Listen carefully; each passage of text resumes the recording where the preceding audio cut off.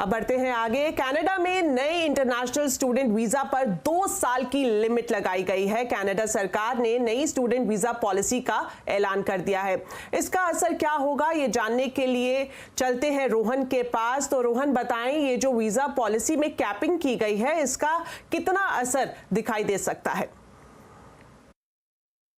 जी, ये दूसरा बड़ा झटका है उन छात्रों के लिए जो या तो कनाडा में पढ़ाई कर रहे हैं या पढ़ाई करने की योजना बना रहे हैं। कुछ समय पहले आपको याद होगा कनाडा सरकार ने जो मिनिमम अमाउंट है जो आपको अपने बैंक अकाउंट में शो करना पड़ता था उसे डबल कर दिया था, जिसके पास भारी गिरावट हुई थी छात्रों के एप्लीकेशन में। और चूंकि सबसे ज्यादा छात्र भारत से आते हैं, करीब 40% के करीब, तो उन पर ज्यादा इम्पैक्ट पड़ने जा रहा है। अब जो कनाडा सरकार का फैसला है वो स्टूडेंट वीजा में लगभग 35% की गिरावट अगले सत्र में आपको देखने को मिलेगी।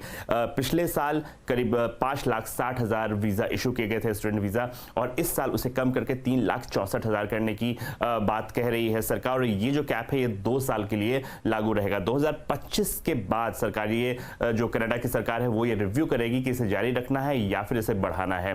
इसमें आपको बता दें कि जो करिकुलम लाइसेंसिंग प्रोग्राम है उसमें पोस्ट ग्रेजुएशन के लिए जो वर्क परमिट है उस पर भी फिलहाल जो है उस पर भी रिस्ट्रिक्शन लगा दिया गया है। ये सारे कदम जो कनाडा सरकार उठा रही है, वहां पे हाउसिंग रेंट जिस तरह से बढ़ रहे हैं, इन्फ्लेशन जिस तरह से बढ़ रहा है, उस पे कर्व करने के लिए किया गया है, क्योंकि स्टूडेंट्स की वजह से जो है ये चीजें पिछले कुछ समय में बहुत ज्यादा शूट अप हो रही हैं। लेकिन जो सबसे ज्यादा प्रभावित होंगे वो भारतीय छात्र होंगे, क्योंकि सबसे ज्यादा भारतीय छात्रों का जो सपना होता है वो कनाडा में पढ़ने का होता है, और उस पर फिलहाल जो है काफी जो है दिक्कतें दिख रही हैं।